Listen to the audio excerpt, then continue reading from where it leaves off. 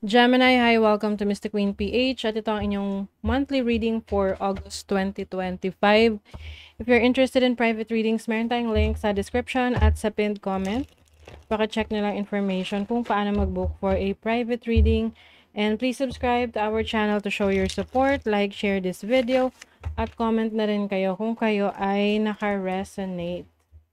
Ayan. Meron tayong promo for tarot reading services, 20% discount kapag nag-book kayo from July 16 to 31, 2025. Okay, let's see Gemini. What's the energy for August?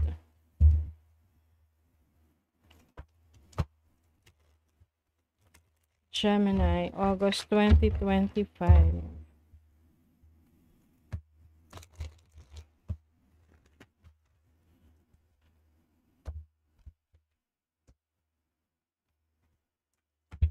Okay, overall energy, possible challenge, opportunity, blessing. Wow, okay. So, may mga manifestations kayo ngayon na matutupad na. So, keep on manifesting that and putting actions, no? Oh, you have the Ace of Wands, bottom of the deck. This is a new beginning, a new inspiration, inspired action. So, maaring meron kang sisimulan, no? Bagong opportunity that you've been thinking for quite a while. Matagal mo na itong pinag-iisipan. As in, matagal na. Aquarius. So, ngayon, maglalakas loob ka na gawin yan. To finally start what you've been wanting. Yung iba sa inyo, pangarap nyo to, bata pa kayo, pero maaring nung bata pa kayo, may mga restrictions, may mga limitations, kaya hindi nyo siya nagagawa. And now, o, diba, meron talagang energy ng past. So, ngayon, meron na kayong pagkakataon na i-finance yan or may resources na kayo. May mga tools na kayo na pwede nyo magamit para masimulan at magawa na yan. Let's see what else. Yeah, definitely a new beginning for you. Kailangan mo na lang mag-decide. Yung iba sa inyo nakapag-decision na. Oo. Ace of Swords is also good news coming in. Kung meron kayong hinihintay na pera, this is coming in ngayong August. Pwede itong tulong, pwede itong yung dati mo pang hinihintay like a few months ago, back pay or loan or reimbursement na makukuha mo na. Okay, so your overall energy is the Star. This is your energy, Aquarius. So ito yung pagiging hopeful, focusing on your hopes, your dreams. At unti-unti mo na tong natutupad. The Star is also about the healing. You are healing from your past. You are healing from your trauma. Pwedeng you are healing your inner child. Ngayong August, may mga gagawin ka, activities na masasabi mo na, yes, finally nagawa ko na to. Ito yung gusto ko ng bata ako. So, yun, ngayon may experience mo na. Page of Swords is your challenge. Pwedeng yung kung iba sa inyo nag-aaral or may nire-research kayo, medyo nahihirapan kayong intindihin yung inaaral ninyo. Kumbaga pwedeng distracted kayo, hindi kayo makapag-focus. So, isipin nyo rin kung kaya nyo ba siya sa ngayon na pagsabayin. Lalo na kung may mga iba ka pang importante na kailangan mong i-accomplish or may mga task na kailangan kang gawin, like meron kang trabaho, may business ka. But of course, find your time din, no? Find time para mag-explore ka pa ng iba mong kaalaman.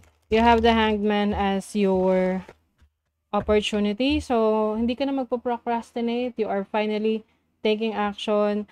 Maari ring para kang may sinosolve na case or issue or may sinosolve ka na puzzle na finally nakita mo na yung missing puzzle. Kaya, you know how to figure things out na. And your blessing is the Magician. Your skills. Yung meron kang mga abilidad na masasabi mong expert ka doon. Isa ka sa pinakamagaling sa field na yan. So, yan yung gagamitin mo para ikaw ay mas mangibabaw At maaari ring meron ka ring madi-discover about yourself na kaya mo pala yung isang bagay na yun or abilidad na yun. May talento ka pala na hindi mo pa natutuklasan and ngayong August, matutuklasan mo na kung ano man yang iyong abilidad. So, let's see what else. Sa inyong money, career, finances, tingnan natin, kaperahan, money, career, finances. The High Priestess. The Ten of Pentacles. Uy, meron kayong mga achievements sa career nyo, business, or sa finances ninyo na sasarilinin nyo lang. Kumbaga, you are going to work in silence.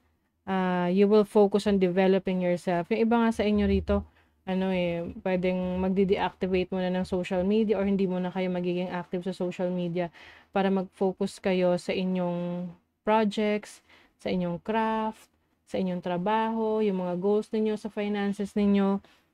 Yung iba sa inyo, maaring meron kayong unexpected income or money na matatanggap, whether this is from yung mga game of luck, okay? May nagbabago sa'yo. Pwedeng itong pagbabago na to ay pagdating sa mindset mo when it comes to money. Nagbabago yung pananaw mo sa pag-handle ng kaperahan mo, kung paano mo to gagamitin, kung saan mo to gagamitin. So, mas meron kang priority ngayon. Some of you are investing more.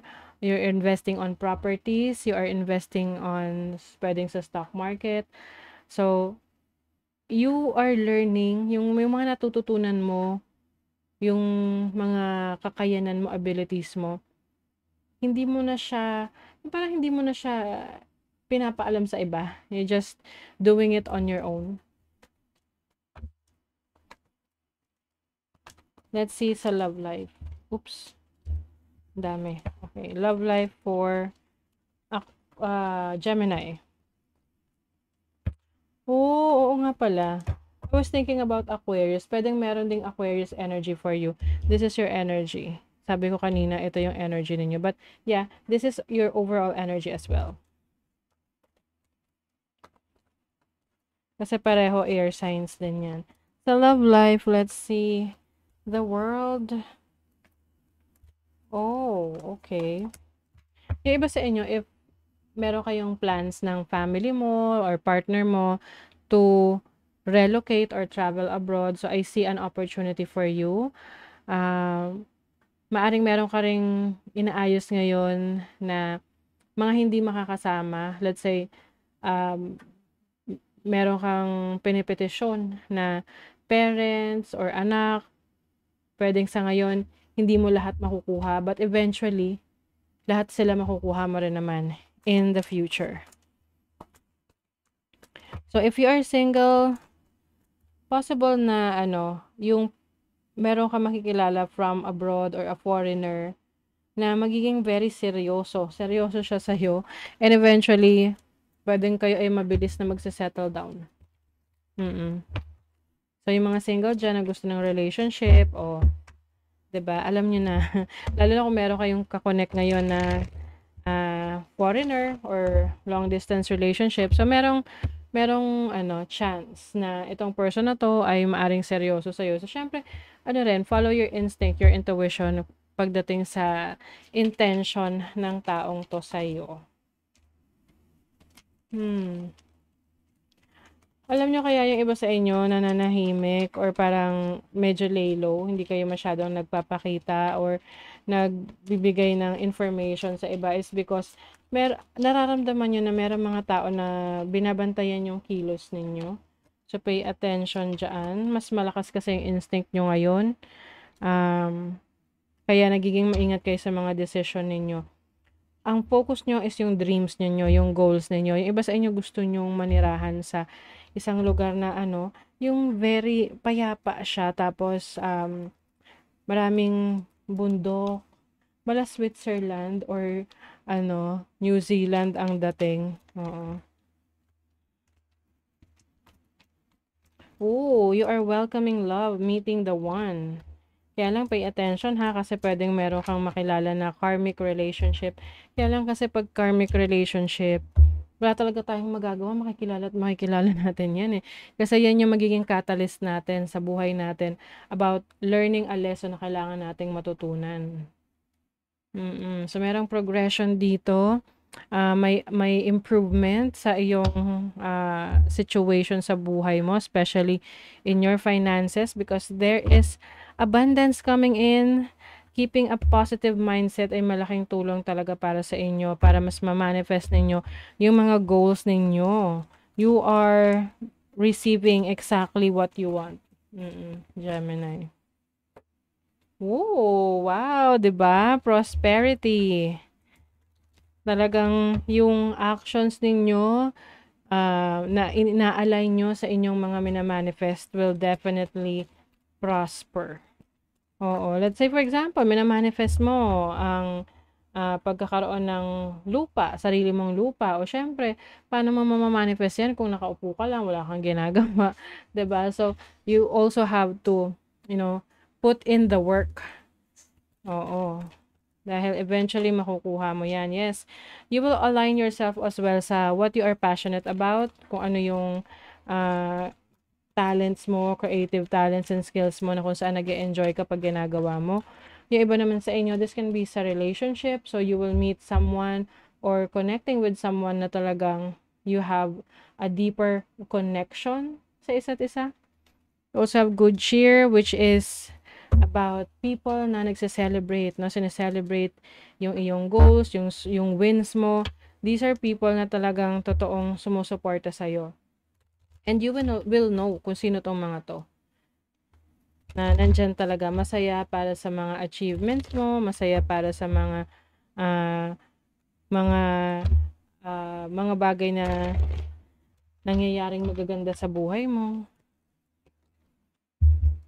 Think laterally to solve a problem. So, ito ay pagkakaroon ng a different perspective when it comes to problem solving. So, meron kang unique talents and skills para masolusyonan yung mga challenges na yan. So, kayang-kaya mong ma-overcome kung ano man yung challenges that you're going to go through ngayong August. Okay? So, that is your reading, Gemini. Thank you so much. See you again.